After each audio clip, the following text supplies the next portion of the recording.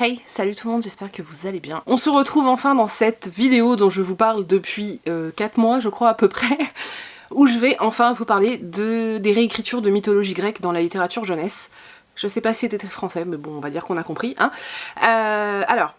Pour ceux qui me suivent, vous savez que j'avais déjà tourné cette vidéo et finalement je ne vous l'avais pas postée tout simplement parce que avec du recul, quand j'ai re-regardé les rushs et que j'ai essayé de faire mon montage, je me suis rendu compte que cette vidéo que j'avais tournée la première fois ne me correspondait pas du tout. J'avais essayé de faire un truc très différent d'habitude où je vous présentais quand même vachement de choses, donc je vous expliquais ce qu'était un petit peu la mythologie, donc du coup il fallait que j'explique ce qu'était un mythe. Ensuite je vous expliquais pourquoi j'avais choisi la mythologie grecque et pas la mythologie romaine par exemple. J'étais aussi partie sur un espèce d'arbre généalogique, je vous avais incrusté une photo, enfin voilà, j'étais vraiment partie dans un truc ultra travaillé, et puis en fait quand je l'ai regardé, eh bien, alors c'est pas que je l'aimais pas la vidéo finalement, c'est juste que elle me correspondait pas, tout simplement, elle me correspondait pas. J'avais fait pas mal de recherches, j'avais vu d'autres vidéos, j'avais vu pas mal de trucs, et en fait je me suis rendu compte que d'autres l'avaient fait avant moi, ils l'avaient surtout très très bien fait. Je pense notamment à Nota Bene, donc je vous mettrai en barre d'infos les liens des vidéos dont je parle, et en fait je me suis dit, arrête de te prendre la tête, il y en a qui l'ont fait bien mieux que toi. Utilise l'outil qu'ils ont créé en fait et partage-le tout simplement plutôt que de toi vouloir recréer un truc qui sera moins bien, et voilà, tout simplement. Et contente-toi de faire ce que tu sais faire et ce que tu aimes faire, donc parler simplement des romans, puisque finalement c'est ce que moi j'aime faire, et dans cette première vidéo j'avais l'impression de faire un truc ultra scolaire et ça me correspondait pas du tout en fait, et voilà, j'avais l'impression de faire maîtresse d'école et c'était pas...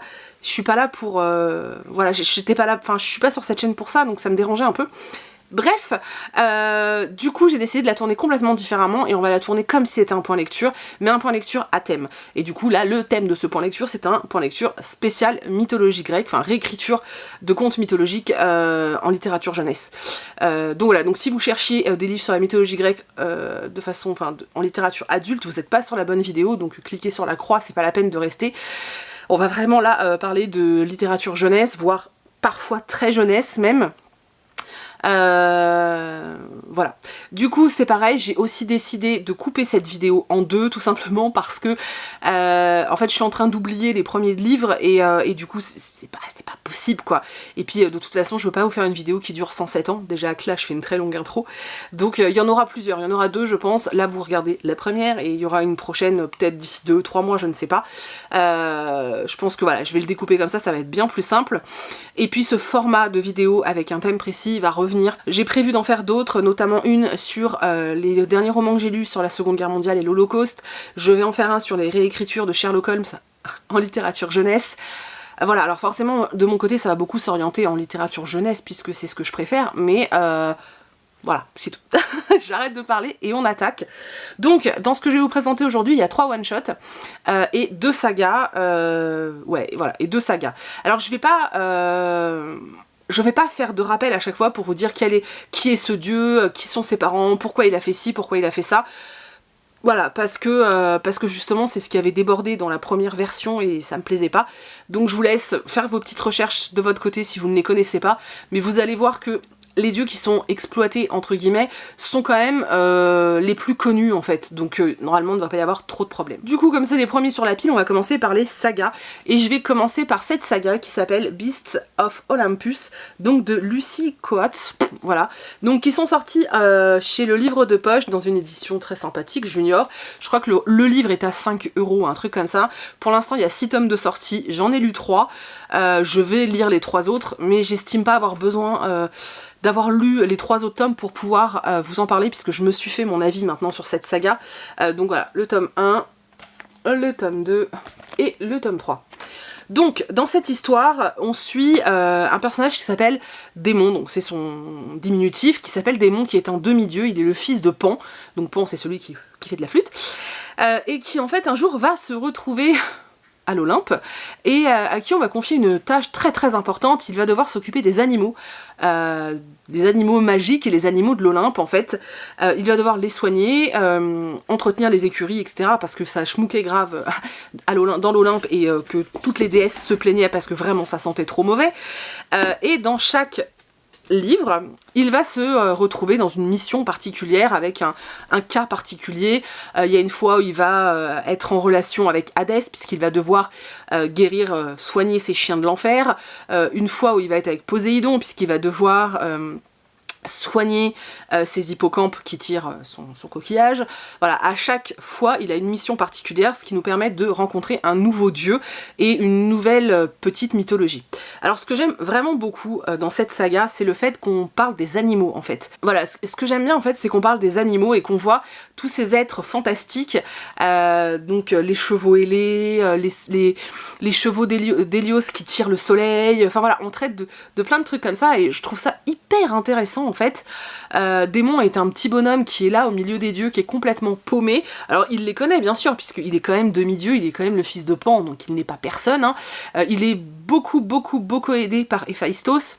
Héphaïstos qui construit et qui forge, hein, voilà, c'est un forgeron, on va dire, qui s'occupe du métal, etc., qui l'aide à fabriquer des choses et qui est très sympathique. Il est beaucoup aidé également par Hermès. Voilà, donc il y a quand même la présence de beaucoup de dieux, on est vraiment, ça se passe à l'Olympe, donc on est vraiment entouré des dieux. C'est une saga qui est hyper abordable pour les premières lectures, comme vous allez pouvoir le voir, en fait ce sont des livres écrits très gros avec quelques illustrations. Voilà, là par exemple vous en avez une entière. Et l'histoire est très facilement compréhensible, malgré le fait que oui, les noms des dieux peuvent être un petit peu compliqués, mais c'est plutôt assez simple. Alors j'en ai lu certains où il y avait carrément un arbre généalogique, dans celui-ci non. Par contre vous avez un glossaire, où dedans vous avez du coup tous les noms des dieux qui ont été cités dans le livre, et on vous dit qui ils sont. Par exemple en premier on a Aphrodite, donc déesse de l'amour et de la beauté, elle aime les roses et les peluches. Donc ça c'est pour les dieux. Ensuite, on nous parle des autres personnages, puisqu'il y a d'autres personnages qui sont auprès des dieux et qui ne sont pas forcément des dieux, donc par exemple les naïades ou des choses comme ça. Ensuite, on nous parle des lieux, on nous explique ce qu'ils sont et où ils sont, et les créatures, donc les créatures dont s'occupe Démon. Donc là, par exemple, on nous parle de Abraxas, qui est un cheval qui tire le soleil, donc c'est un des chevaux d'Hélios. Voilà, donc le dieu du soleil. Donc voilà, ce que je trouve pour le coup plutôt bien foutu, parce que voilà, l'enfant peut se référer à quelque chose, ou même nous en tant qu'adultes, hein, si on a oublié, je trouve ça assez sympa. Maintenant voilà, c'est pas des romans complètement dingues, surtout en tant qu'adulte, mais vraiment, moi je prends beaucoup de plaisir à les lire parce que je trouve ça très mignon, c'est très choupi. Eux ils mettent à partir de 8 ans, ouais, même 7 ans, si vous avez un enfant qui a l'habitude de lire, ça va passer tout seul. C'est quelque chose de plutôt sympathique, à petit budget, et voilà, et il y a 6 tomes de sortie pour le moment. Donc voilà, si vous avez envie d'essayer, n'hésitez pas, et si vous essayez, n'hésitez pas à me dire ce que vous en pensez, parce que ça m'intéresserait vraiment beaucoup. On va parler d'une autre saga qui reste pour le moment ma saga préférée, en tout cas de cette vidéo, vraiment. Donc il s'agit de Les Enquêtes d'Hermès de Richard Normandon aux éditions Gallimard Jeunesse. Donc le tome 1 ça s'appelle Les Mystères d'Édale, et le tome 2, hop, c'est l'affaire Méduse. Alors déjà, notez les couvertures, donc là où on a Méduse, donc avec ses tentacules qui sont donc des serpents. Méduse, pour ceux qui l'ignorent, je rappelle que c'est cette femme qui pétrifie les gens et qui les transforme en pierre juste d'un regard, donc il ne faut jamais la regarder. Et ses cheveux se sont transformés ce sont des serpents, en fait, voilà. Et ensuite, on a le Mystère d'Édale, donc qui avait fait un labyrinthe, je trouve plus mes mots. Voilà, alors pourquoi j'aime cette saga? Alors déjà ce sont des livres assez courts, hein, c'est du Gallimard Jeunesse, je sais pas, voilà. Eux ils le préconisent à partir de 10 ans, mais alors moi ce que j'adore c'est qu'en fait ils le mettent derrière, et c'est un peu ça, ils mettent le Sherlock Holmes de la mythologie. Et en fait c'est exactement ça, c'est à dire que nous principalement on suit Hermès et Eros, son pote, mais principalement Hermès. Hermès c'est le dieu, vous savez, qui a des sandales avec des petites ailes. Si, voilà, si ça peut vous aider, qui est un des fils de Zeus. J'avais dit que je faisais pas de cours, bref, qui est quand même un des fils de Zeus, et en fait Hermès se retrouve dans les deux cas à chaque fois dans des situations un peu what the fuck, et il va mener l'enquête. Et en fait c'est ça que j'aime, parce que vous savez que j'aime j'adore les enquêtes dans les livres jeunesse, et du coup retrouver les deux, en fait, les deux ingrédients, donc la mythologie grecque plus l'enquête, bah, c'est super cool quoi.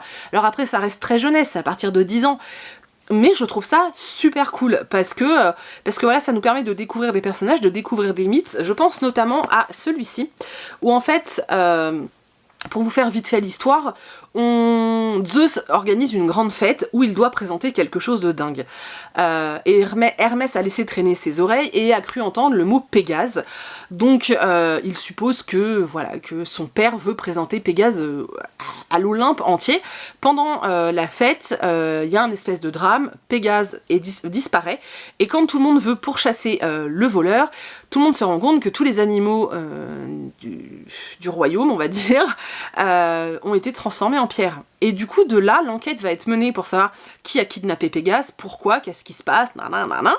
Et du coup, on va être amené à découvrir l'histoire de Méduse. Et c'est super intéressant parce qu'on va comprendre pourquoi Méduse est devenue Méduse, etc., etc. Enfin voilà. Et pourquoi elle s'appelle Méduse aussi, pour ceux qui l'ignorent. Donc voilà, c'est vraiment super intéressant parce que sous couverture de cette enquête, on découvre des nouveaux mythes et je trouve ça vachement bien foutu.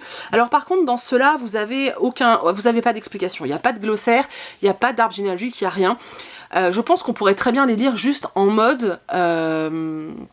comment dire, juste en mode enquête aussi, ça passerait très très bien. En tout cas, c'est vraiment une saga que j'aime beaucoup. Pour l'instant, ces 2 tomes-là seulement sont sortis. J'en ai pas vu d'autres. C'est fort dommage parce que je vous assure que voilà, j'aurais bien continué parce que j'aime vraiment vraiment beaucoup. Voilà, vous imaginez, voilà, mélange d'enquête et de mythologie, ça le fait juste trop. Et ouais. C'était trop bien. Celui qui est le moins bon pour moi de cette vidéo, en tout cas celui que moi j'ai le moins apprécié, mais qui je pense peut beaucoup plaire, du coup c'est pour ça que je vous en parle. Donc il s'agit de Mytho, Aphrodite Incognito aux éditions Slalom, et c'est écrit par Fanny Gordon. D'ailleurs je me demande si j'ai pas un autre livre de cette autrice. Bref, donc dans cette histoire, on va suivre Aphrodite qui est là et qui en fait est sur l'Olympe et s'ennuie royalement, elle en a marre, elle se fait chier et en fait elle feuillette un truc et de là elle découvre qu'il y a une colonie de vacances qui est organisée sur Terre avec comme thème 100% mythologie et là elle se dit wouh trop bien, ça va être génial. Elle supplie son père Zeus d'aller, enfin qu'il l'envoie sur Terre, il va finir par accepter mais il va l'envoyer sans pouvoir. Ok, tu veux aller là-bas mais tu te débrouilles ma fille. Donc elle part et elle doit, comment dire, elle doit en fait se mélanger aux humains et vivre sa colonie de vacances. Alors je vais pas vous en dire plus, le truc c'est que pendant toute l'histoire on voit bien qu'Aphrodite a l'habitude d'être servie, d'être la plus belle, d'être ceci, cela. Ça va pas forcément jouer en sa faveur, elle va pas arrêter de demander des coups de main à certaines personnes qui viennent de l'Olympe. Ça reste mignon, mais j'ai pas trouvé ça complètement dingue. Maintenant je pense que pour les enfants réellement ça peut être chouette. Voilà, ça peut vraiment être chouette, parce que là c'est de la distraction à 100%, ouais c'est vraiment de la distraction à 100%. Donc voilà, et pareil vous avez des illustrations. Attendez, j'en cherche.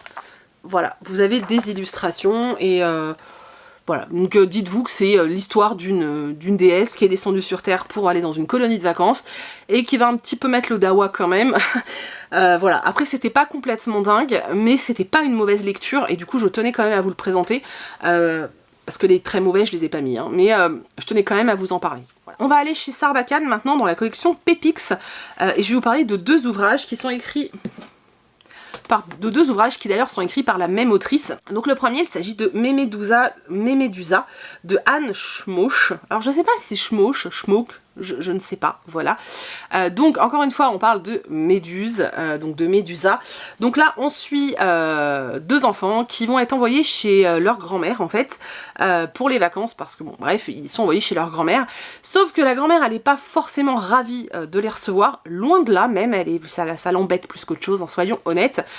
Et en fait quand ils vont arriver, ils vont se rendre compte que leur grand-mère est franchement particulière. Déjà elle se présente bizarrement et elle a des lunettes de soleil assez louches.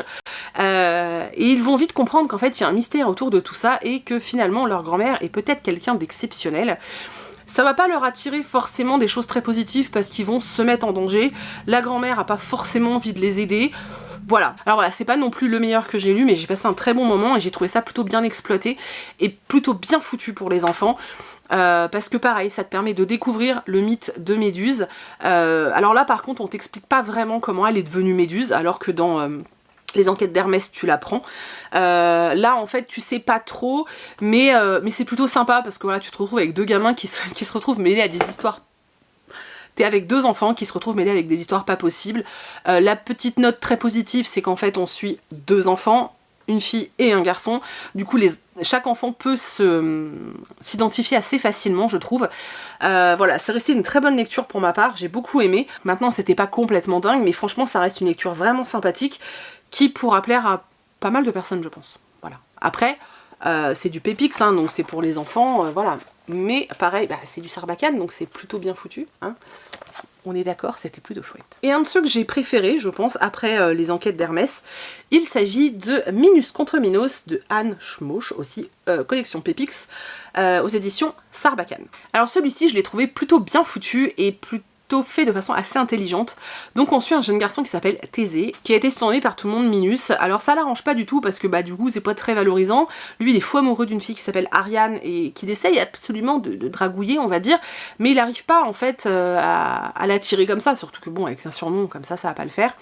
Le problème c'est que ce jeune Minus va malencontreusement agacer un autre personnage qui s'appelle Minos, et là en fait il va se retrouver à affronter des choses assez extraordinaires puisque dans son immeuble il va se rendre compte que tous les gens sont un peu chelous et que surtout dans les sous-sols il y a une bête assez horrible qui s'appelle le Minotaure et qu'il va devoir affronter des choses comme ça. Alors c'était assez marrant parce que finalement ce personnage, Thésée, va se rendre compte au fur et à mesure de qui il est, pourquoi il est là, comment il est arrivé là, qu'est-ce que le Minotaure, etc., etc. Et en fait j'ai beaucoup aimé, en dehors de l'idée de la mythologie grecque qui est traitée dans le livre, déjà le livre est bien foutu dans le sens où il y a de l'aventure, tu t'ennuies pas, il y a un super bon rythme, les personnages sont assez rigolos et assez attachants, mais en plus avec tout ça c'est enrobé de mythologie grecque et c'était super sympa. J'ai vraiment beaucoup aimé.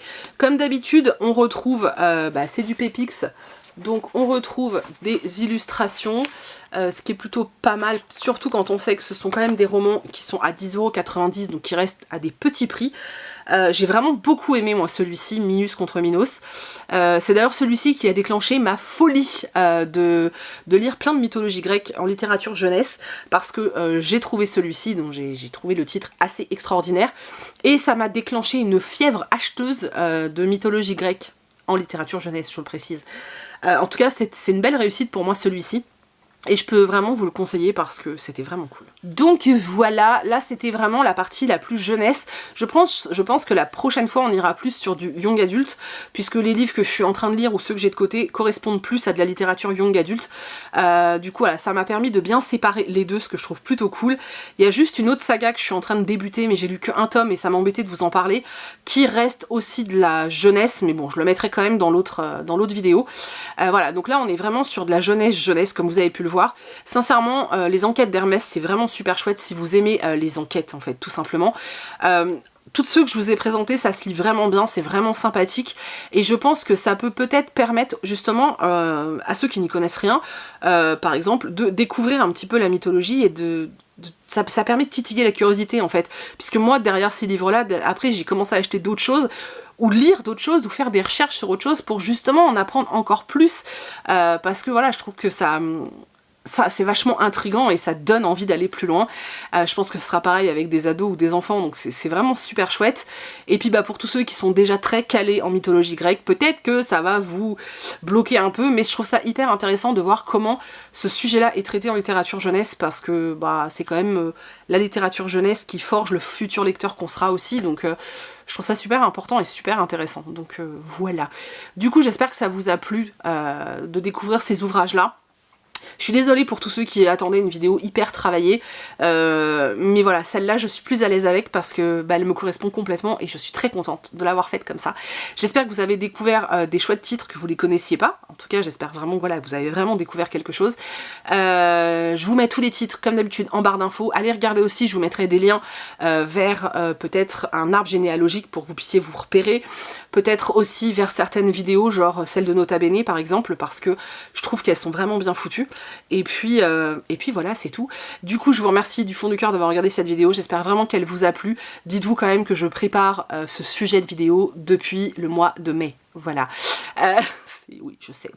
Voilà, c'est tout. Je vous laisse parce que ma batterie clignote en rouge comme ça et ça me fait un peu peur. Je vous fais plein de très très très gros bisous et je vous dis à bientôt dans une prochaine vidéo.